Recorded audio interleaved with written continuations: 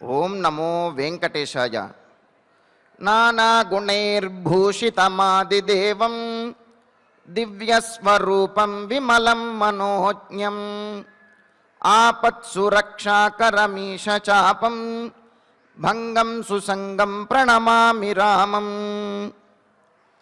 అనంతమైనటువంటి కళ్యాణ గుణములు గలవాడు, ఆపదల నుండి రక్షించేటటువంటి ధనస్సును ధరించినవాడు, దివ్యమంగళ విగ్రహుడు, ఆది పురుషుడు అయినటువంటి శ్రీరామచంద్రునికి నమస్కరిస్తూ తదభిన్న స్వరూపుడైనటువంటి ఆ శ్రీనివాసుని యొక్క దివ్య అనుగ్రహ విశేషం చేత సమస్త మానవాళికి ధర్మ తత్పరతను సకల కార్యసిద్ధిని చేకూర్చాలన్నటువంటి సంకల్పంతో తిరుమల తిరుపతి దేవస్థానం వారు నిర్వహిస్తున్నటువంటి శ్రీమద్ రామాయణం అయోధ్యాకాండ ప్రవచన పారాయణ కార్యక్రమంలో నేటికి మనం 361వ రోజులకు ప్రవేశించాం. ఈ కార్యక్రమంలో ముందుగా అన్నమాచార్యుల వారి సంకీర్తనైనటువంటి అలుకలు చెల్లవు హరిపురుషోత్తమ అనేటటువంటి సంకీర్తనను శ్రీమాన్ సరస్వతి ప్రసాద్ గారు, అన్నమాచార్య ప్రాజెక్టు కళాకారులు వారి బృందం యొక్క సహకారంతో ఆలపిస్తారు. శ్రవణం చేద్దాం. ఓం నమో వెంకటేశాయ.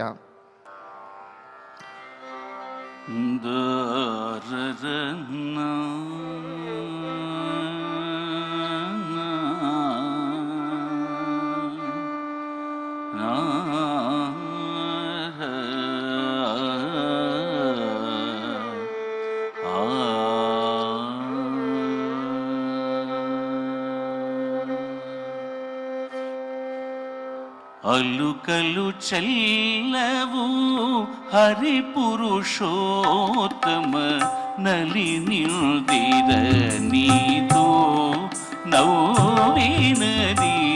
అలుకలు చెల్లవు హరి పురుషోత్తమ నలినిల్దిర నీతో నవ్వినది. అలుకలు చెల్లవు హరి పురుషోత్తమ నలినిల్దిర నీతో నవ్వినది.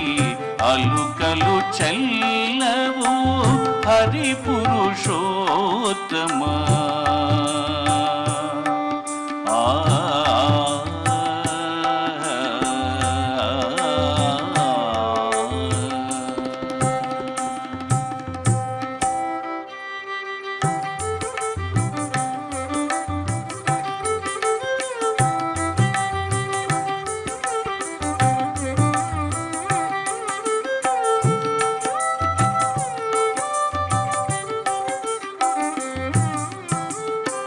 ఆదిలక్ష్మి మోహన కమలంబున వేదమాత నిను వేసినది. ఆదిలక్ష్మి మోహన కమలంబున వేదమాత నిను వేసినది. ఆదిలక్ష్మి మోహన కమలం వేదమాత నీను వేసినది. ఆదశనీపై అభయహస్తమును ఆదశనీపై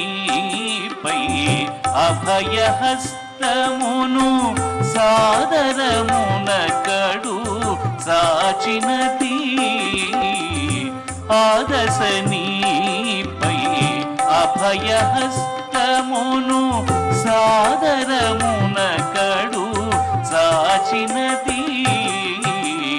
అలుకలు చెల్లవు హరి పురుషోత్తమ నలినిల్దిర నీతో నవ్వినది. అలుకలు చెల్లవు హరి పురుషోత్తమ.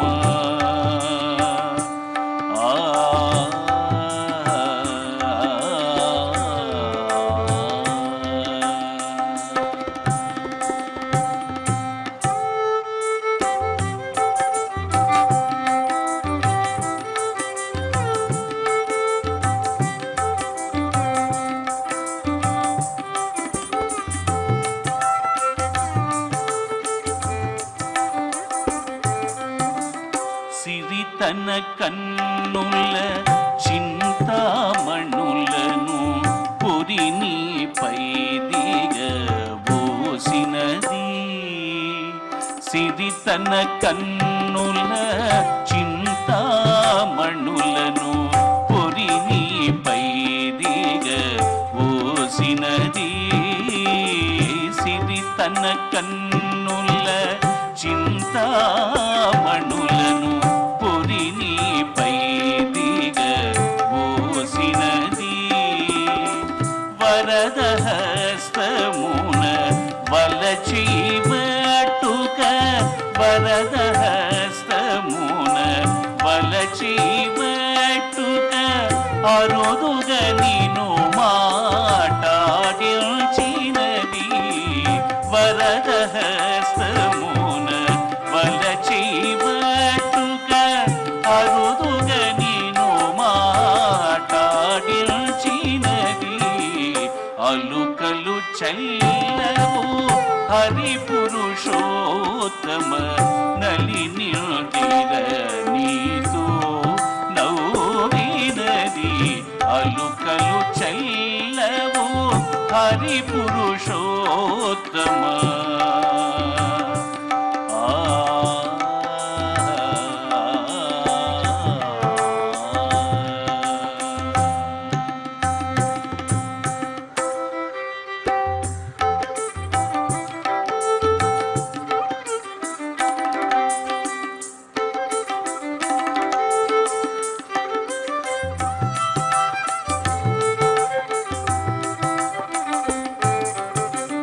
జలధి కన్యతన సర్వాంగముల పిలచి నిన్ను నీటు పెనగినది.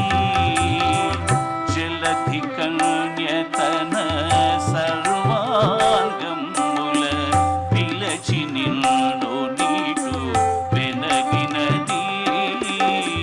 జలధి కన్యతన సర్వాంగముల పిలచి నిన్ను నీటు పెనగినది. అలముఖ శ్రీ వెంకటాధిప నిను రగి నెలమిని ఊరం ఎక్కినది.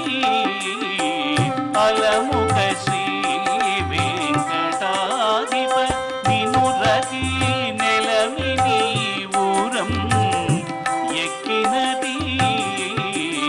అలుకలు చల్లవు హరి పురుషోత్తమ నలినిల్దిర నీతో నవ్వినది. అలుకలు చల్లవు హరి పురుషోత్తమ నలినిల్దిర నీతో నవ్వినది. అలుకలు చల్లవు హరి పురుషోత్తమ.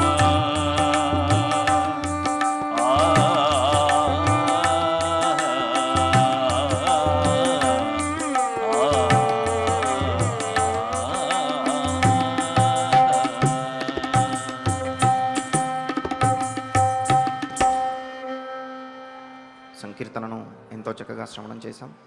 ఇక ఇప్పుడు శ్రీ గురు ధ్యానపూర్వకంగా సంకల్ప వాక్యాలను అందరము కలిసి పలుకుతూ ఈ కార్యక్రమాన్ని ప్రారంభం చేసుకుందాం. శ్రీ గురు ధ్యానం. గురుర్బ్రహ్మా గురుర్విష్ణు గురుర్దేవో మహేశ్వరః.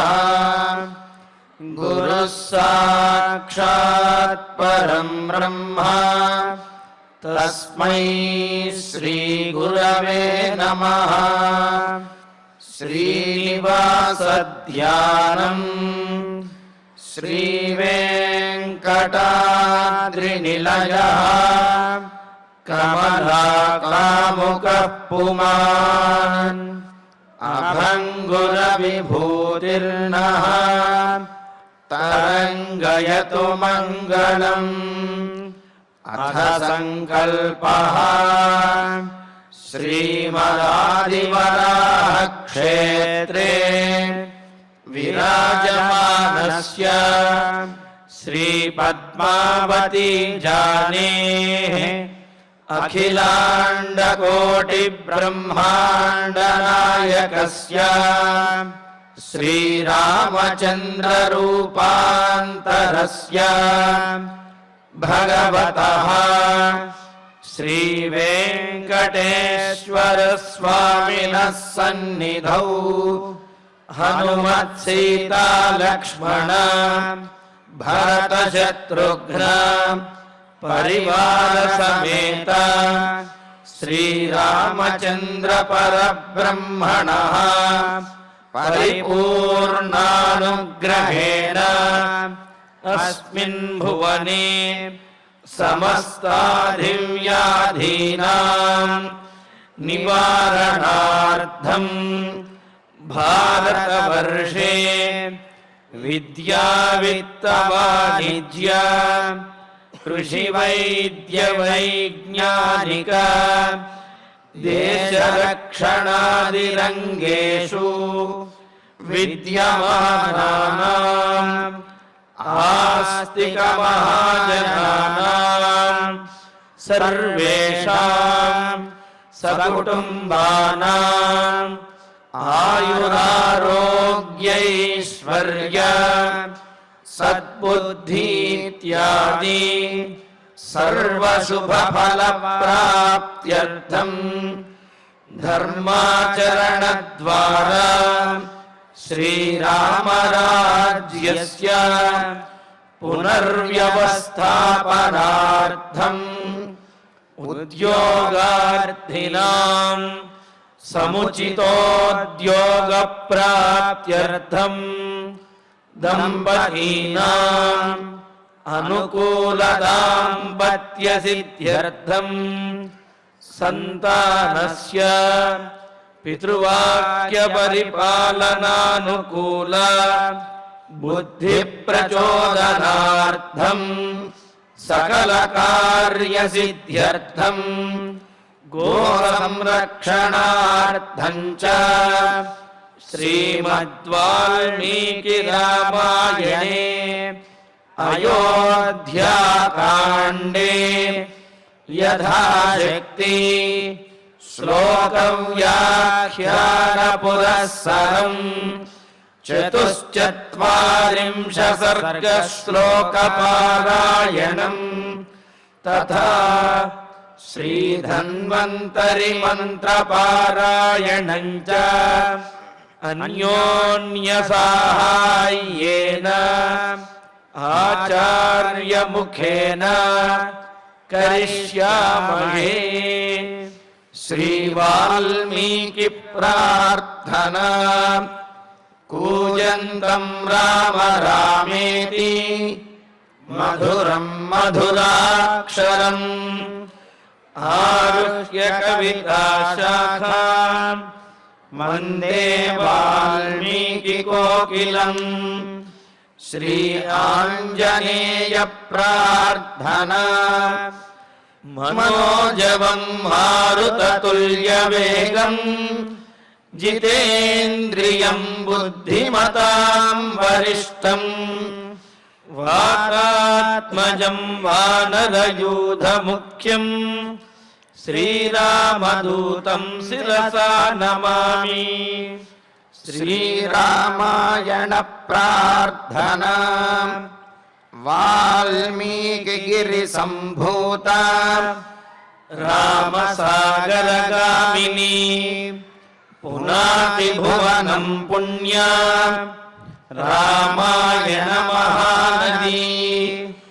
श्रीराम प्रार्थना। अयोध्याख्येतु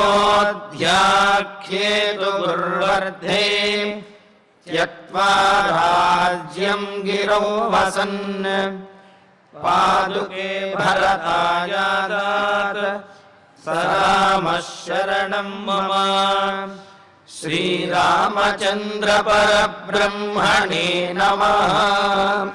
अथ श्रीमद् रामायणे आदिकाव्ये अयोध्याकाण्डे 44 सर्गः। శ్రీమన్నారాయణ చరణౌ శరణం ప్రపద్యే. శ్రీమతే నారాయణాయ నమః. శ్రీరామాయ నమః. మా శోకో దేవి దుఃఖం వా నరామే దృశ్యతే శివం క్షిప్రం లక్ష్యసి పుత్రం త్వం ససీతం సహ లక్ష్మణం. చూడండి, సుమిత్రాదేవి కౌసల్యాదేవికి ధైర్యం చెబుతూ రాముడు వనవాసానికి వెళ్ళిపోయాడు. ఒక పక్కన దశరథ మహారాజు శోకిస్తూ ఉన్నాడు. ఆయనను ఓదార్చడానికి దశరథుని పక్కన కూర్చుని ఆయనను నిమురుతూ ఓదార్చవలసినటువంటి కౌసల్యాదేవి తన కుమారుడికి కలిసినటువంటి దుఃఖమును తలుచుకొని ఆమె విలపిస్తూ ఉంటే ఆ పక్కనే ఉన్నటువంటి సుమిత్రాదేవి కౌసల్యను ఓదార్చుతూ ఉన్నది. జరగబోయేటటువంటి అంటే ఇప్పుడు రాముడు వనవాసానికి వెళ్ళినప్పటికీ భవిష్యత్తులో రాముడు వనవాసాన్ని పూర్తి చేసుకుని ఈ అయోధ్య నగరానికి వచ్చి రాజు అయి మనల్నందరినీ కూడా పరిపాలించగలడు. రాముడికి అరణ్యవాసంలో కూడా వచ్చేటటువంటి కష్టమేమీ లేదు. ధర్మానికి నిలబడినటువంటి రామచంద్రమూర్తికి పంచభూతములు, సూర్యచంద్రుడు, వాయుదేవుడు వీళ్ళందరూ కూడా ఆ ప్రకృతి అంతా కూడా అనుకూలంగానే ఉంటుంది తప్ప ప్రతికూలమైనటువంటి పరిస్థితులు రాముడికి ఉండవు. పోనీ వచ్చిన తర్వాత రాముడికి రాజ్యాన్ని పొందే అవకాశం ఉండదు అనుకుంటే అది పొరపాటు. రాముడిని విడిచిపెట్టిన తర్వాత 14 సంవత్సరముల కాదు, ఎంతకాలం తర్వాత రాముడు వచ్చినప్పటికీ కూడా ప్రజల మనస్సులో రాముడి యొక్క స్థానం చిరస్థాయిగా నిలిచి ఉంటుంది. ఎప్పుడు వచ్చినా రాముడు మరలా రాజు తప్పనిసరిగా అవుతాడు. పైగా రాముడి యొక్క సాముద్రిక లక్షణములు, అరణ్యవాసానికి వెళ్ళేటప్పుడు రాముడిలో ఉన్నటువంటి ఆ గాంభీర్యము, ఆత్మవిశ్వాసము, తేజస్సు చూస్తూ ఉంటే ఆయన వనవాసాన్ని చాలా విజయవంతంగా పూర్తి చేసుకుని తిరిగి వస్తాడనే విషయం తెలుస్తున్నది. అందుకనే చెబుతారు, ఏదైనా ముఖ్యమైనటువంటి కార్యానికి వెళుతున్నప్పుడు, ఏదైనా ప్రధానమైనటువంటిది కార్యానికి వెళుతున్నప్పుడు అప్పుడు దిగులు పడవలసిన అవసరం, దిగులు పడుతూ వెళ్ళకూడదు. దిగులు పడుతూ వెళ్ళడం వల్ల ఆ కార్యం సాధించగలుగుతామా? అందుకని బయలుదేరే సందర్భంలో మాత్రము శుభశకునములతోటి, శుభకరమైనటువంటి మంగళకరమైనటువంటి శకునములతోటి, మంగళకరమైనటువంటి మాటలతోటి, ఆత్మవిశ్వాసంతో కార్యాన్ని సాధించి రాగలము అనే ఆత్మవిశ్వాసంతో బయలుదేరినట్లయితే ఈ శుభశకునములు ఆ కార్యాన్ని సాధించడానికి కూడా చాలా అదనుగా ఉంటాయి. ఇవి కూడా ఆ కార్యాన్ని సాధించి పెట్టడానికి సాధనములుగా ఉంటాయి. అంతేగాని తరువాత చేయబోయే కార్యం కోసం ఇప్పటి నుండే, బయలుదేరుతున్నప్పటి నుండే దిగులు పడిపోతూ ఏడుపు మొహం పెట్టుకుని కనుక బయలుదేరినట్లయితే ముందే ఇలా ఉంటే కార్యాన్ని సాధించే సమయం వచ్చినప్పుడు ఎలా సాధించగలుగుతారు? ఆ ఆత్మవిశ్వాసం ఎలా వస్తుంది? కావున ఏదైనా ఘనకార్యాన్ని సాధించడానికైనా, లేకపోతే యుద్ధానికైనా, ముఖ్యమైనటువంటి కార్యానికైనా వెళుతున్నప్పుడు ఆత్మవిశ్వాసంతో, నవ్వు ముఖంతో, లేకపోతే ఆ ధైర్యంతో వెళ్ళినట్లయితే ఆ కార్యాన్ని కూడా సాధించి రాగలుగుతారు. మరి ఇక్కడ సుమిత్రాదేవి చెబుతున్నది, రాముడు వనవాసానికి వెళ్ళేటప్పుడు కూడా ఆయనలో ఏమాత్రము తేజస్సు అనేది తగ్గలేదు, ఆత్మవిశ్వాసం అనేది తగ్గలేదు. అమంగళకరమైనటువంటి అశుభ శకునములేవి కూడా రాముడిలో, అంటే ఇతరములు అందరికీ గోచరించి ఉండవచ్చు, కానీ రాముడిలో మాత్రం అటువంటి లక్షణములేవి కూడా కనిపించలేదు. ఆయనలో ఆత్మవిశ్వాసం ఏమాత్రము కూడా తగ్గలేదు. అంతటి ఆత్మవిశ్వాసంతో వెళ్ళినటువంటి రాముడు తప్పనిసరిగా విజయాన్ని సాధించే వస్తాడు. అలాగా విజయంతో వచ్చినటువంటి రాముడు పట్టాభిషిక్తుడు అవుతాడు. పైగా కష్టముల తర్వాత వచ్చేటటువంటి సుఖము అది మరింత గొప్పగా ఉంటుంది. అలాగే వనవాసం తర్వాత అన్ని రోజుల తర్వాత రాముణ్ణి విడిచి ఉన్నటువంటి ఈ ప్రజలు అన్ని రోజుల తర్వాత రాముణ్ణి చూసేటప్పటికీ మరింత ప్రేమతోటి రాముణ్ణి ఆదరించి తమ రాజు కావాలని వారందరూ కోరుకుంటారు. వారు పొందే ఆనందం మనందరము కూడా రాముడు పట్టాభిషిక్తుడై సింహాసనం మీద కూర్చుంటే చూచి పొందేటటువంటి ఆనందం, దానికి అవధులు అనేవి ఉండవు. కావున రాముడు వనవాసానికి వెళ్ళినటువంటి తీరు, ఆ ఆత్మవిశ్వాసం చూస్తూ ఉంటే తప్పనిసరిగా రాముడు సీతాలక్ష్మణులతో కలిసి మరలా వనవాసాన్ని విజయవంతం చేసుకుని తిరిగి వస్తాడు. ఈ విషయంలో దిగులు పడవలసిన అవసరం లేదు. పైగా రాజమాతవు, అదేవిధంగా వీరుడైనటువంటి పుత్రునికి తల్లివి, వీరపత్నివి, వీరుడైనటువంటి దశరథ మహారాజుకి పత్నివి, మా అందరికీ ధైర్యం చెప్పవలసినటువంటి నువ్వే, కౌసల్యతో అంటోంది సుమిత్రాదేవి, ఈ విధంగా బాధపడితే మా అందరినీ ఓదార్చేవారెవరు అన్నట్లుగా చెబుతూ, త్వయాశేషో జనశ్చైవ సమాశ్వాస్యో యదా నఘే కిమిదానీమిదం దేవి కరోషి హృది విక్లబం. అనఘే, ఎటువంటి పాపపు ఆలోచనలు కానీ పాపములు కానీ లేనటువంటి దానా అని. అంటే కొంతమంది పాపములు చేయకపోయినా పాపపు ఆలోచనలైనా చేస్తూ ఉండవచ్చు. సరే, సమాజానికో ఇతరులకో భయపడి ఆ పాపాలు చేయకుండా ఉండవచ్చు. కానీ ఇక్కడ కౌసల్యాదేవి విషయంలో అనఘే అని అంటే పాపపు కార్యములు కానీ పాపపు ఆలోచనలు కానీ ఏమీ లేనటువంటి పరమ పవిత్రమైనటువంటి ఓ కౌసల్యాదేవి, దేవి కౌసల్య, త్వయా శేషః జనశ్చైవ యదా సమాశ్వాస్య, నీ చేతనే మేమందరూ కూడా ఓదార్చబడాలి. నీవే మమ్మల్ని అందరినీ కూడా, నీవే మిగతా జనులందరినీ కూడా ఓదార్చవలసినటువంటి దానివి. మిగతా జనులు బాధపడుతూ ఉంటే నా కుమారుడు గొప్పవాడయ్యా, నా కుమారుడు సమర్థుడు, కావున వనవాసంలో నా కుమారుడికి వచ్చేటటువంటి ఇబ్బంది ఏమీ లేదు, విజయవంతంగా వనవాసాన్ని పూర్తి చేసుకుని మరలా అయోధ్య నగరానికి తిరిగి వస్తాడు, నా కుమారుడి మీద నాకు ఆ నమ్మకం ఉన్నది అని చెప్పి పెద్దదానివైనటువంటి నీవే అందరికీ కూడా ధైర్యం చెప్పవలసినటువంటి దానివి.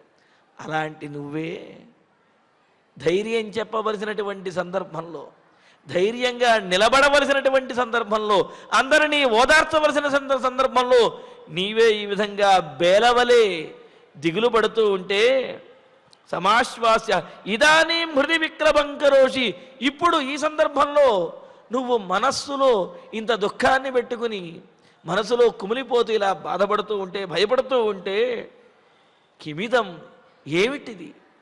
ఎవరైతే ధైర్యం చెప్పాలో, ఎవరైతే ముందుకు నడిపించాలో వారే కనుక దిగులు పడిపోయినట్లయితే మిగతా వారందరి పరిస్థితి ఏమిటి అని అన్నారు. అందుకనే నాయకుడి లక్షణం చెబుతూ నయతీతి నాయక అని అన్నారు.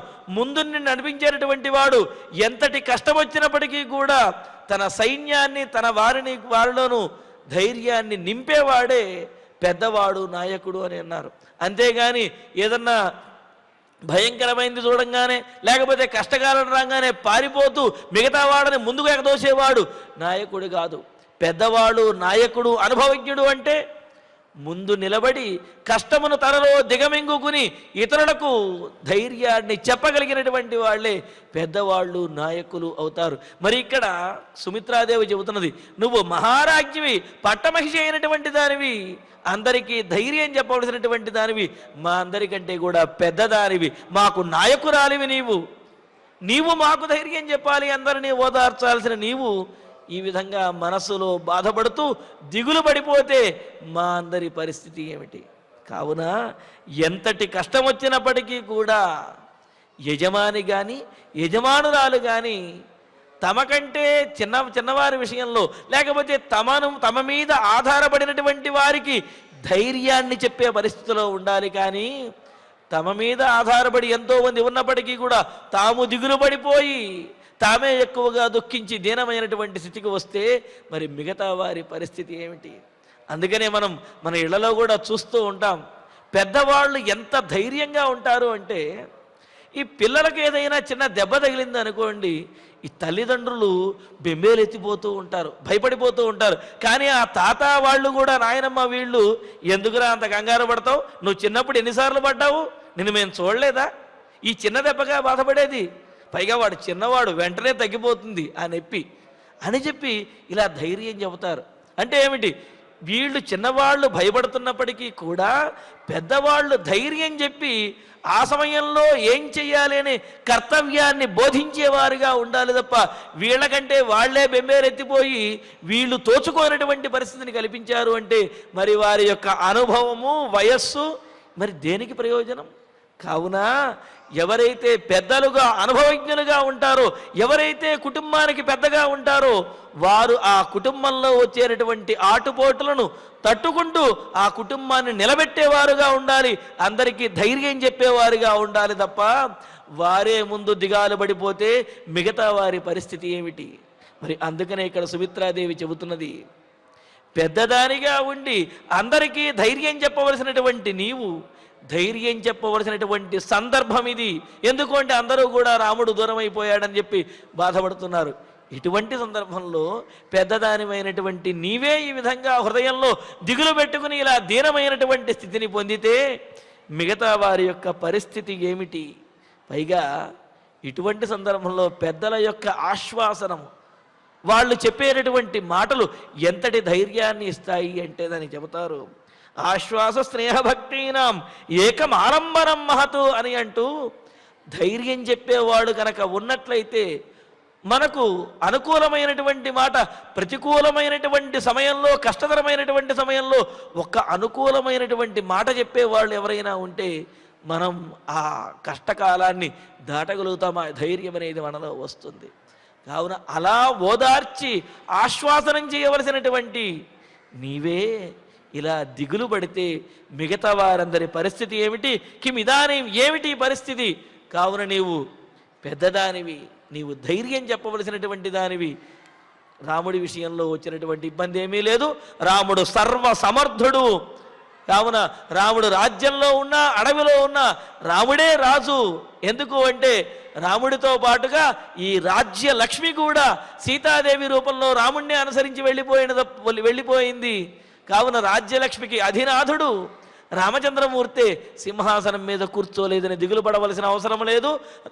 రాముడు ఎక్కడ ఉన్నా సరే రాజే, అతనికి వచ్చిన లోటేమీ ఉండదు లేదు. కావున నీవు దిగులు పడవద్దు అని చెప్పి ఈ విధంగా చాలా గొప్పగా సుమిత్రాదేవి కౌసల్యాదేవికి ధైర్యం చెప్పి, నార్హత్వం శోచితుం దేవి యస్యాస్తే రాఘవస్సుతః నహి రామాత్ పరోలోకే విద్యతే సత్పథే స్థితః.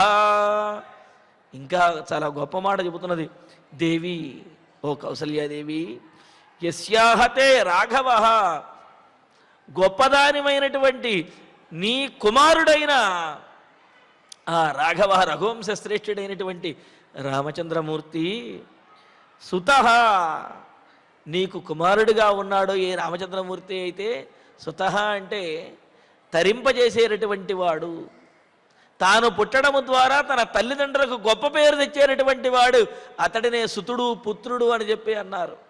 అంతేగాని పుట్టలోని చెదలు పుట్టవా గిట్టవా అని చెప్పినట్లుగా చెదల వలె పుడుతూ పోతూ ఉండే వాళ్ళ వల్ల ప్రయోజనము లేదు.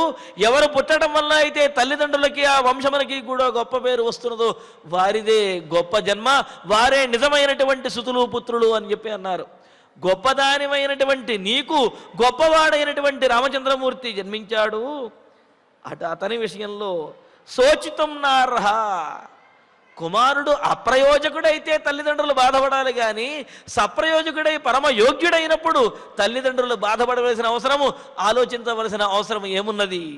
కావున రాముడి విషయంలో నువ్వు ఏమాత్రము కూడా బాధపడవలసిన అవసరము లేదు.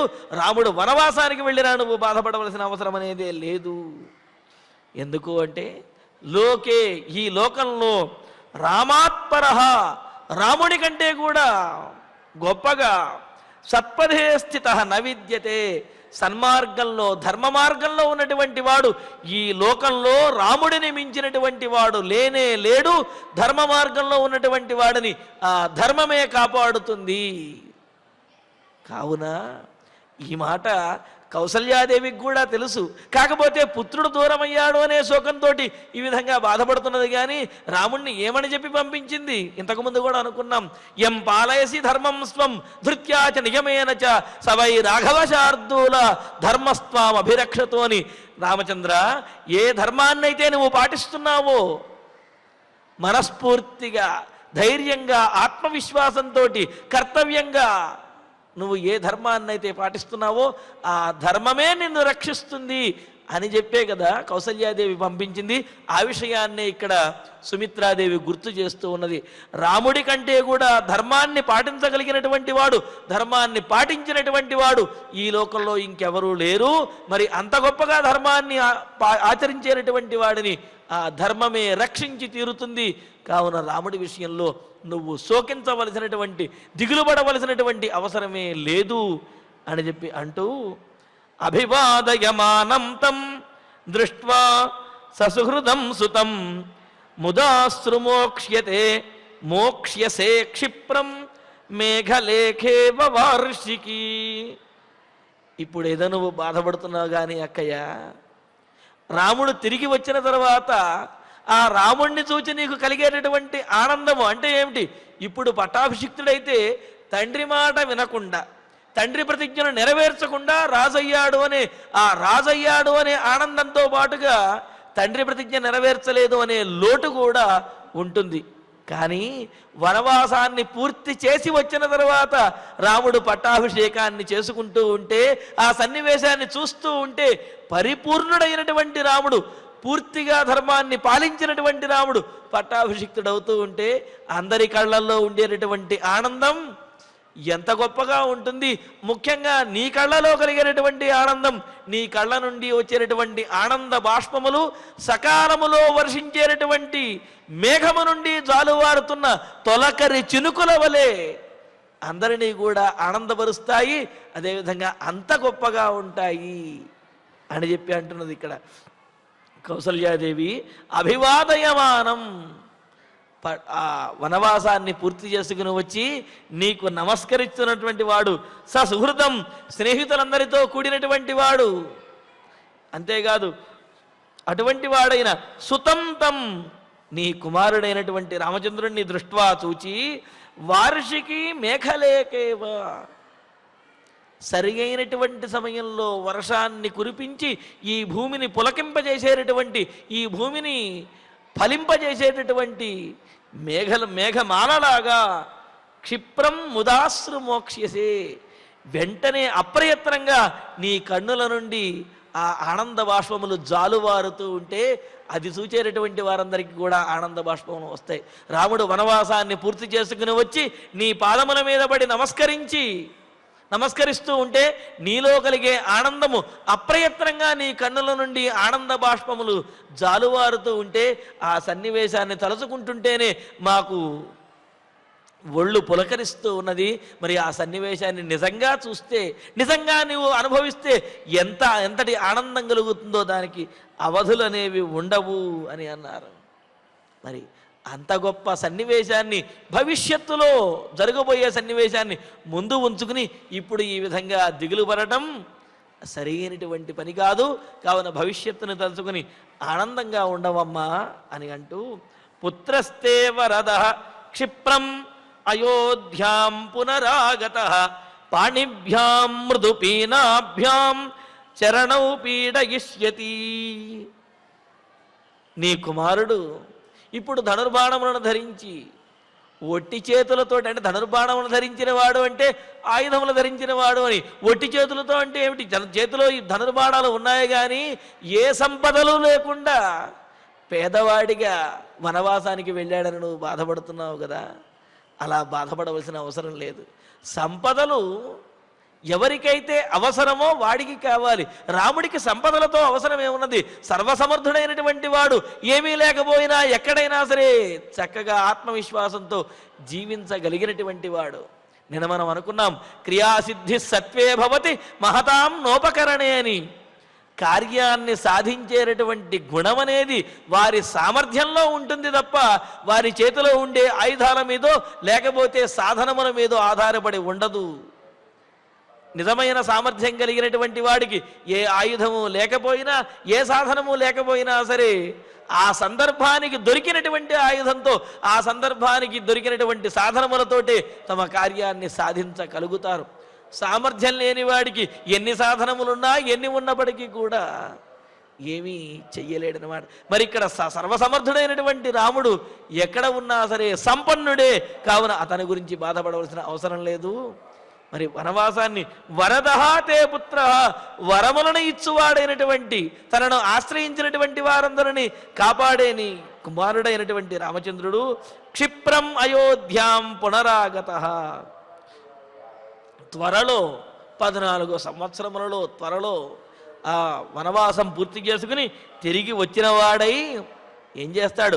మృదు పీనాభ్యాం పాణిభ్యాం, మెత్తనైనటువంటి సుకుమారమైనటువంటి తన చేతులతోటి, బాహుబల సంపన్నుడైనటువంటి రాముడు తన చేతులతోటి తే చరణౌ పీడయిష్యతి, నీ పాదములను పట్టి నమస్కరిస్తాడు. అంతటి గొప్పవాడు రామచంద్రమూర్తి. అంటే ఏమిటి? అడవిలో ఎన్ని ఘనకార్యములు చేసినా, ఎంతమంది రాక్షసుల్ని వధించినప్పటికీ కూడా ఈ చేతులతో నేను చాలా గొప్ప గొప్ప పనులు చేశాను, కావున ఈ చేతులు ఎవరి దగ్గర కూడా జోడించును అనే భావన రాముడిలో లేదు.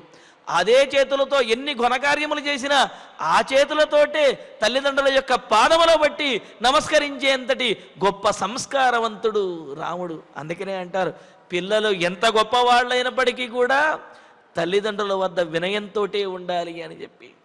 ఎందుకంటే తండ్రి కంటే తల్లిదండ్రుల కంటే గొప్పవాళ్ళు అయి ఉండవచ్చు కాక, కానీ ఈ జీవితాన్ని ఇచ్చింది వీళ్ళు గొప్పవాళ్ళు అవడానికి మూల కారణభూతులు ఎవరు? ఆ తల్లిదండ్రులే కదా. మరి వారి వద్ద వినయంగా ఉండడానికి, వారి పాదములు పట్టుకోవడానికి సిగ్గుపడవలసిన అవసరం లేదు. అలా పాదములు పట్టుకుంటూనే వీరి యొక్క జీవితం అనేది సార్థకం అవుతుంది అని రామచంద్రుని యొక్క ప్రవర్తన ద్వారా తెలుస్తున్నది. ఈ విషయాన్ని సుమిత్రాదేవి ప్రతిపాదిస్తూ ఉన్నదన్నమాట. ఎన్నో ఘనకార్యములు చేసి తన తండ్రి యొక్క ప్రతిజ్ఞను నెరవేర్చి తిరిగి వచ్చేటటువంటి రామచంద్రుడు వచ్చిన వెంటనే తన మృదువైనటువంటి బలమైనటువంటి తన చేతులతోటి నీ పాదములు బట్టి నమస్కరిస్తాడమ్మా. ఆ సన్నివేశం తలచుకుంటేనే ఎంత ఆనందంగా ఉంటుంది అంటూ అభివాద్య నమస్యంతం శూరం ససుహృదం సుతం ముదాశ్రై ప్రోక్ష్యసి పునః మేఘరాజిరివాచలం. నమస్కరించి నీ పాదములు తాకి నమస్కరిస్తున్నటువంటి శూరం, వీరుడైనటువంటి వాడు, ససుహృదం, స్నేహితులతో కూడినటువంటి వాడు. రాముడు రాగానే స్నేహితులందరూ కూడా మరి వచ్చి రాముడితో చేరతాడు కదా.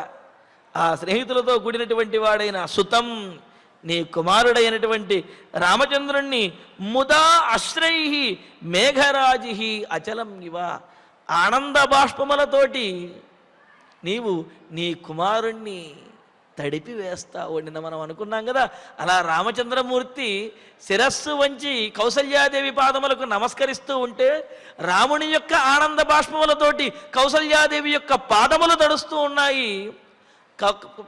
అదేవిధంగా కౌసల్యాదేవి కలిగే ఆనంద బాష్పముల చేత రాముడి యొక్క శిరస్సు తడిసిపోతుంది అని చెబుతున్నది. అంటే ఇటు కౌసల్యాదేవి పాదములు, రాముని యొక్క శిరస్సు కూడా ఒకే కాలంలో ఆనంద బాష్పములతో తడిసేటటువంటి అంతటి ఆనందకరమైనటువంటి సన్నివేశం భవిష్యత్తులో రాబోతూ ఉన్నది. కావున అటువంటి నీ ఆనంద బాష్పముల చేత రాముని యొక్క శిరస్సు తడిసేటటువంటి, రాముని యొక్క ఆనంద బాష్పముల చేత నీ పాదములు తడిసేటటువంటి ఆనందకరమైన సన్నివేశం భవిష్యత్తులో ఉన్నది అక్కయ్యా. కావున నీవు దిగులు పడవద్దు అని చెప్పి అంటూ మేఘరాజి అచలమివ, మేఘము ఏ విధంగా అయితే కొండను పర్వతమును తన వర్షముతో తడుపుతుందో అదేవిధంగా అక్కడ పర్వతంతో పోల్చడంలో ఉద్దేశం ఏమిటంటే పర్వతం ఉన్నతంగా ఉంటుంది, ఆ పర్వతం మీద మేఘము ఎక్కువగా వర్షిస్తూ ఉంటుంది. అదేవిధంగా ఉన్నతమైనటువంటి శిరస్సు కలిగినటువంటి తల ఎత్తి ఉండేటటువంటి రామచంద్రమూర్తి అని చెప్పడం కోసమే పర్వతంతో పోల్చాడు. అటువంటి పర్వతం మీద మేఘము వర్షం కురిపించినట్లుగా రాముడి శిరస్సు మీద నీవు నీ ఆనంద బాష్పాలను కురిపించేటటువంటి సన్నివేశం భవిష్యత్తులో ఉన్నది అని తెలియజేస్తూ ఆశ్వాసయంతి వివిధైశ్చ వాక్యైః వాక్యోపచారే కుశలానవద్య రామస్యతాం మాతరమేవ ముక్త్వా దేవీ సుమిత్రా విరరామ రామ. ఈ విధంగా కౌసల్యాదేవిని సుమిత్రాదేవి ఆశ్వాసయంతి, చాలా గొప్పగా ఆమెను ఓదార్చుతూ ఉన్నది. ఎందుకు అంటే సుతశతకమ్ము కన్న ఒక సునృత వాక్యము మేలు చూడగన్ అని చెబుతూ 100 బావులని తవ్వటం కంటే కూడా ఒక దిగుడు బావి అంటే మంచినీళ్ళని ఇచ్చేటటువంటి ఒక్క పెద్ద బావిని తవ్వటం అనేది చాలా గొప్పది అని, అటువంటి 100 బావుల కంటే ఒక చెరువుని తవ్వటం గొప్ప విషయము అని, అటువంటి 100 చెరువుల కంటే కూడా ఒక యజ్ఞం చేయటం చాలా గొప్ప విషయము అని, అటువంటి 100 యజ్ఞముల కంటే కూడా సంస్కారవంతుడైనటువంటి ఒక కుమారుణ్ణి తయారు చేయగలగటం చాలా గొప్ప విషయము అని చెప్పి అన్నారు. అంటే ఏమిటి? కుమారుణ్ణి కని అతన్ని యోగ్యుడిగా సంస్కారవంతునిగా కనుక తీర్చిదిద్దగలిగినట్లయితే 100 యజ్ఞములు చేసినంత సమానం, 100 యజ్ఞములు చేసినటువంటి దానితో సమానము అని అన్నారు. పైగా దీనిపైన ఇంకా చెబుతూ సుతశతకంబు కన్న ఒక సునృత వాక్యము మేలు చూడగలడు అంటూ ఒక 100 మంది కుమారుల కంటే కూడా సమాజానికి మేలు చేసేటటువంటి ఒక మంచి మాట ఏదైతే ఉందో అది చాలా గొప్పది అని చెప్పి అన్నారు. మరి ఇక్కడ సుమిత్రాదేవి చెబుతున్నటువంటి మాట కౌసల్యాదేవిలోను అయోధ్యాపుర వాసులలోనూ కూడా ఆత్మవిశ్వాసాన్ని నింపేది, ఆ దుఃఖాన్ని పోగొట్టేటటువంటి మాటలను సందర్భానికి, అంటే మాటలు ఎంతోమంది చెప్పవచ్చు, ఎంతో చమత్కారంగా మాట్లాడవచ్చు, తెలివిగా మాట్లాడవచ్చు, కానీ ఆ సందర్భంలో ఏ మాట చెబితే వారిలో ఆత్మవిశ్వాసం పెంపొందించగలుగుతామో ఆ విధమైనటువంటి సందర్భోచితమైనటువంటి మాట మాట్లాడగలిగిన వాళ్ళే గొప్పవాళ్ళు కదా. మరి ఆ విషయంలో సుమిత్రాదేవి చాలా గొప్పది. అంత గొప్పగా కౌసల్యాదేవికి కన్నతల్లి అయినటువంటి కౌసల్యాదేవి యొక్క శోకాన్ని పోగొట్టేటటువంటి మాటలన్నీ కూడా తెలియజేసింది, చెప్పింది ఇక్కడ. వాక్యోపచారే కుశల, మాటలు మాట్లాడటంలో నేర్పరురాలైనటువంటిది, సేద తీర్చేటటువంటి, ఓదార్చేటటువంటి, ధైర్యం చెప్పే మాటలు చెప్పడంలో చాలా నేర్పరి అయినటువంటిది. అనవద్య, అలా అని చెప్పి ఊరికినే కళ్ళబొల్లి కబుర్లు ఏమీ చెప్పటం లేదు. అనవద్య, ఇటువంటి దోషము లేనటువంటి మాటలు చెప్పేటటువంటిది. రామా, రామా అని అంటే ఇక్కడ మనోహరమైనటువంటిది, హృదయానికి ఆనందాన్ని కలుగజేసేది అని అర్థం. కావున ఆమె అటువంటిదైనటువంటి ఆ సుమిత్రాదేవి, ఆమె దేవి సుమిత్ర రామస్య మాతరం తాం, రాముని యొక్క తల్లి అయిన ఆ కౌసల్యాదేవితోటి వివిధై వాక్యై ఆశ్వాసయంతి, కౌసల్యాదేవిని అనేక రకాలైనటువంటి మాటలతో, అనేక రకాలైనటువంటి యుక్తులతో, చూడండి యుక్తియుక్తంగా చెప్పినప్పుడే, సహేతుకంగా చెప్పినప్పుడే ఎదుటివారు ఆ మాట వినడానికి ఇష్టపడతారు, ఆ మాటను నమ్ముతారు. సహేతుకంగా కాకుండా కళ్ళబొల్లి కబుర్లు చెబితే ఏదో ఊకనంపుడు మాటల్లా ఉంటాయి తప్ప ఆ మాటల వల్ల ఇతరులు ప్రభావితం కాలేరు. అందుకనే ఇక్కడ చూడండి వివిధై వాక్యై, అనేక యుక్తులతోటి, సహేతుకమైనటువంటి అనేక మాటలతోటి ఆశ్వాసయంతి, ఓదార్చుతూ, ఏవం ఉక్త్వా విరరామ, ఈ విధంగా రాముని యొక్క గొప్పతనాన్ని, వనవాసం తర్వాత రాముడు పొందబోయేటటువంటి రాజ్యము గురించి, వనవాసంలో కూడా రాముని కలగబోయేటటువంటి అనుకూలమైనటువంటి పరిస్థితుల గురించి, రాముని యొక్క సమర్థత గురించి కూడా ఇంత గొప్పగా చెప్పి సుమిత్రాదేవి ఇంకా తన మాటలను పూర్తి చేసింది. మరి ఈ మాటలతోటి కౌసల్యాదేవిలో ఎంతటి ధైర్యం అనేది వచ్చింది, ఏ విధంగా ఆమె తనకు తాను సమాధానం చెప్పుకోగలిగిందనే విశేషాన్ని తరువాతి ప్రవచనంలో తెలుసుకుందాము. ఇక ఇప్పుడు ఆచార్యుల వారి ద్వారా శ్లోకాలను పారాయణ చేసుకుందాము. మా శోకః మా శోకః దేవి దుఃఖం వా దేవి దుఃఖం వా నరామే నరామే దృశ్యతే శివం దృశ్యతే శివం క్షిప్రం ద్రక్ష్యసి క్షిప్రం ద్రక్ష్యసి పుత్రం త్వం పుత్రం త్వం ససీతం ససీతం సహ లక్ష్మణం లక్ష్మణం త్వయా శేషః త్వయాశేషః జనశ్చైవ జనశ్చైవ సమాశ్వాస్యః సమాశ్వాస్యః యదా నఘే యదా నఘే కిమిదానీం కిమిదానీం ఇదం దేవి ఇదం దేవి కరోషి కరోషి హృది విక్లవం హృది విక్లవం నార్హాత్వం నార్హాత్వం శోచితుం దేవి శోచితుం దేవి యస్యాస్తే యస్యాస్తే రాఘవస్సుతః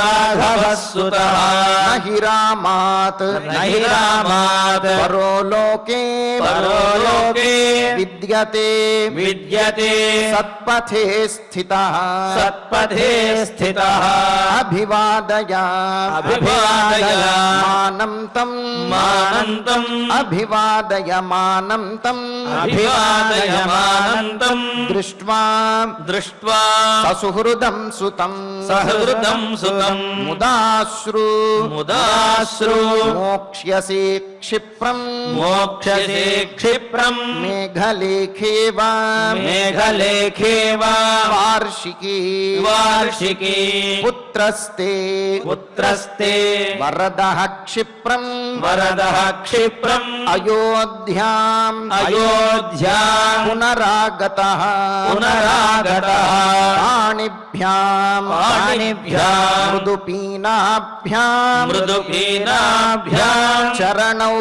చరణౌ పీడయిష్యతి పీడయిష్యతి అభివాద్య అభివాద్య నమస్యంతం నమస్యంతం శూరం శూరం ససుహృదం సుతం సహృదం సుతం ముదాస్త్రైః ముదాస్త్రైః ప్రోక్ష్యసి పునః ప్రోక్ష్యసి పునః మేఘరాజిః మేఘరాజీ ఇవాచలం ఇవాచలం ఆశ్వాసయంతి ఆశ్వాసయంతి వివిధైశ్చ వాక్యైః వివిధైశ్చ వాక్యైః వాక్యోపచారే వాక్యోపచారే కుశలానవద్యా కుశలానవద్యా రామస్యతాం రామస్యతాం మాతరమేవ ముక్త్వా మాతరమేవ ముక్త్వా దేవీ సుమిత్రా దేవి సుమిత్రా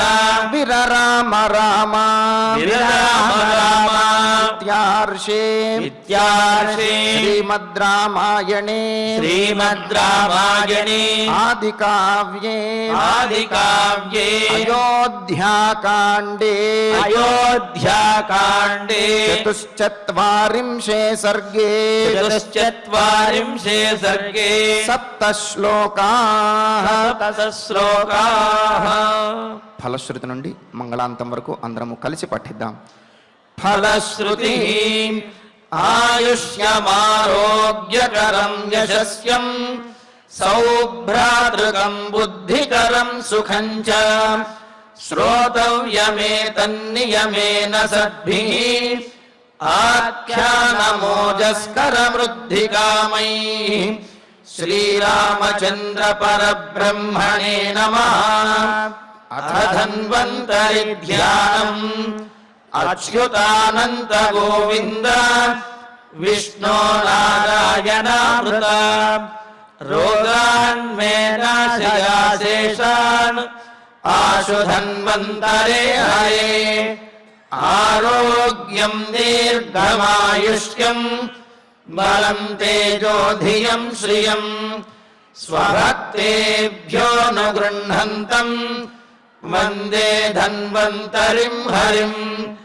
ధన్వంతరేరిమం శ్లోకం భక్త్యా నిత్యం పఠంతి యే అనారోగ్యం న తేషాం స్యాత్ సుఖం జీవంతి తే చిరం. ఓం నమో భగవతే వాసుదేవాయ ధన్వంతరయే అమృతకలశహస్తాయ వజ్రజలౌకహస్తాయ సర్వామయ వినాశనాయ త్రైలోక్యనాథాయ మహావిష్ణవే స్వాహా. ఓం వాసుదేవాయ విద్మహే సుధాహస్తాయ ధీమహి తన్నో ధన్వంతరి ప్రచోదయాత్. అధనవగ్రహ ప్రార్థన ఆరోగ్యం పద్మబంధుర్వితరతు నితరాం సంపదం సీతరశ్మి భూలాభం భూమిపుత్రః సకలగుణయుతాం వాగ్విభూతిం చ సౌమ్యః సౌభాగ్యం దేవమంత్రి రిపుభయశమనం భార్గవః శౌర్యమార్కిః దీర్ఘాయుః సైంహికేయః విపులతరయశః కేతుః ఆచంద్రతారం అరిష్టాని ప్రణశ్యంతు దురితాని భయాని చ శాంతిరస్తు శుభం మేస్తు గ్రహాః కుర్వంతు మంగళం అధ క్షమా ప్రార్థనా యదక్షరపదభ్రష్టం మాత్రాహీనం చ యద్భవేత్ తత్సర్వం క్షమ్యతాం దేవ నారాయణ నమోస్తుతే అథ భగవత్సమర్పణం కాయేన వాచా మనసేంద్రియైర్వా బుద్ధ్యాత్మనా వా ప్రకృతే స్వభావాత్ కరోమి యద్యత్ సకలం పరస్మై నారాయణాయేతి సమర్పయామి అథ మంగళం శ్రియః కాంతాయ కళ్యాణ నిధయే నిధయేర్ధినాం శ్రీవేంకటనివాసాయ శ్రీనివాసాయ మంగళం.